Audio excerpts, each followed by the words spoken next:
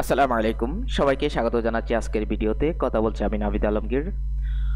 আজকের বিষয় হচ্ছে কানাডার একটি প্রভিন্স ব্রিটিশ কলাম্বিয়া, একটি পিএনপি প্রোগ্রামের মধ্যে ইনক্লুডেড এবং অনেক জনপ্রিয় একটি প্রোগ্রাম।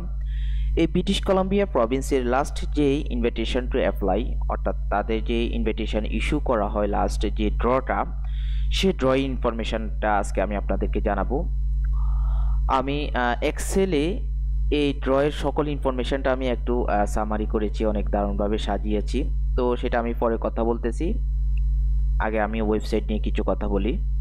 তো অ্যাকচুয়ালি এই ড্রতে কতজনকে ইনভিটেশন করা হয়, কোন কোন স্কিল, কোন কোন ক্যাটাগরির লোকদেরকে এখানে ইনভিটেশন করা হয়, কি পরিমাণ পয়েন্টস থাকলে এখানে ইনভিটেশন পাওয়া যায়, বা এই ড্রতে ইনভিটেশন করা হয়েছে কোন কোন এনওসিকে এক্সক্লুডেড করা হয়েছে, আমি আপনাদেরকে সেই বিষয়টাই দেখাবো।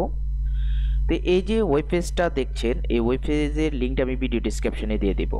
কারণ যারা ব্রিটিশ কলাম্বিয়াতে যাওয়ার জন্য ইন্টারেস্টেড, তারা any kind of information, all information আপনারা এই ওয়েবসাইটে পেয়ে যাবেন। সো আপনারা এই ওয়েবসাইটটা ভিজিট করতে পারেন। এই ওয়েবসাইটে আমরা ইনভিটেশন টু অ্যাপ্লাই এ চলে যাব। এখানে গেলে আপনি এই ব্রিটিশ কলাম্বিয়ার প্রিভিয়াস যত ইনভিটেশন ড্র হলো, সকল ড্র ইনফরমেশন এখানে পাবেন। প্রিভিয়াস ড্র 19, 18, 17, 16 সকল ড্র ইনফরমেশন এখানে পাবেন। যাই হোক, কথা বলছি skill immigration and express entry British Columbia draw information. এই ড্রটি হয় 8 ডিসেম্বর 2020 এবং total number of invitation issue করা হয় এখানে 256। এবং এখানে কয়েকটা ক্যাটাগরি রয়েছে, বেসিক্যালি দুটি ক্যাটাগরি, একটা হচ্ছে স্কিল ইমিগ্রেশন আর একটা হচ্ছে এক্সপ্রেস এন্ট্রি। স্কিল ইমিগ্রেশনের মধ্যে হচ্ছে তিনটি ক্যাটাগরি আবার: skill worker, international graduate, entry level and semi skill. আর এক্সপ্রেস এন্ট্রির মধ্যে রয়েছে স্কিল ওয়ার্কার, ইন্টারন্যাশনাল গ্রাজুয়েট, এই দুটো। স্কিল ওয়ার্কার পয়েন্টসগুলো দেওয়া আছে এবং এই এনওসিগুলোকে এক্সক্লুডেড করা হয়েছে। চলুন আমি এক্সেলে আপনাদেরকে একটু বিস্তারিত দেখাই। যদি আবার প্রথম থেকে যদি আপনাদেরকে বলি, ব্রিটিশ কলাম্বিয়া এখানে টোটাল ইস্যু করা হয় 256।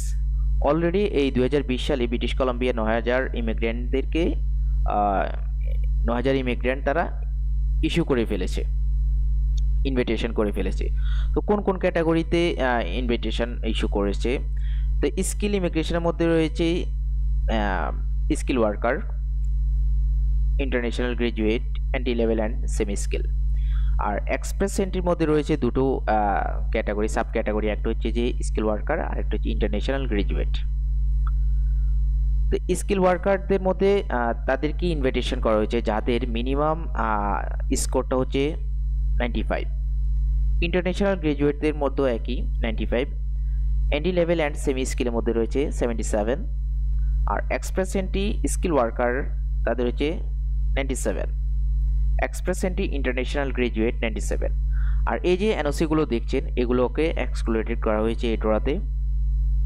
আর এই যে এক্সক্লুডেড, কোন কোন এনওসিকে এক্সক্লুড করা হয়েছে আপনি সেটা কীভাবে বুঝবেন, আমি এখানে ইন ডিটেলস দিয়ে দিয়েছি। কিভাবে দিয়েছি?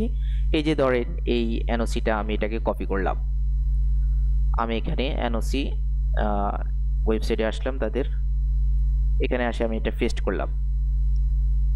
এই যে দেখছেন রিটেলস অ্যান্ড হোলসেল ট্রেড ম্যানেজার্স, এটাকে এক্সক্লুড করা হয়েছে। যেমন ধরেন এটাকে আমি কপি করলাম, দেন এনওসিতে আসলাম, পেস্ট করলাম, মেসেজ থেরাপিস্ট। তো এইভাবেই কিন্তু আমি আপনাদেরকে বোঝানোর জন্য, আপনাদের কাছে একটি ইনফরমেশন সহজে উপস্থাপন করার জন্য একটু বাড়তি কষ্ট করে এভাবে আপনাদের জন্য সাজিয়েছি। তো কোন কোন এনওসি এখানে এক্সক্লুডেড করা হয়েছে আপনারা সেটা হয়তো দেখতেছেন, এটা আপনারা একটু দেখে নেবেন। আর ওয়েবসাইটের লিঙ্ক তো আমি দিয়ে দেব, ওয়েবসাইটের লিঙ্ক দিয়ে দেব, আপনি ওয়েবসাইট থেকে যে কোনো ধরনের ইনফরমেশন নিতে পারেন। তো এই হচ্ছে যে বিষয়টা, ড্র ইনফরমেশনটা। অ্যাকচুয়ালি আমাদেরকে ড্র ইনফরমেশনগুলো মাথায় রাখতে হবে। যারা যে প্রভিন্সে বা যে পিএনপিতে যেতে চায়, দেখতে হবে সিআরএস স্কোরটা কেমন, কোন কোন ক্যাটাগরির মধ্যে কোন কোন সাব ক্যাটাগরি তারা ইনভিটেশন ইস্যু করতেছে, কোন কোন এনওসিকে এক্সক্লুডেড করতেছে, সেগুলো কিন্তু আমাদের দেখার বিষয়। এই হচ্ছে যে পুরো বিষয়টা।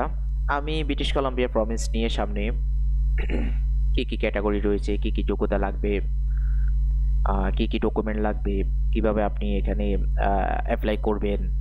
হ্যাঁ, আমি বিস্তারিত বিভিন্ন পার্টে পার্টে আপনাদের সামনে উপস্থাপন করার চেষ্টা করব। সবাই আমার জন্য দোয়া করবেন।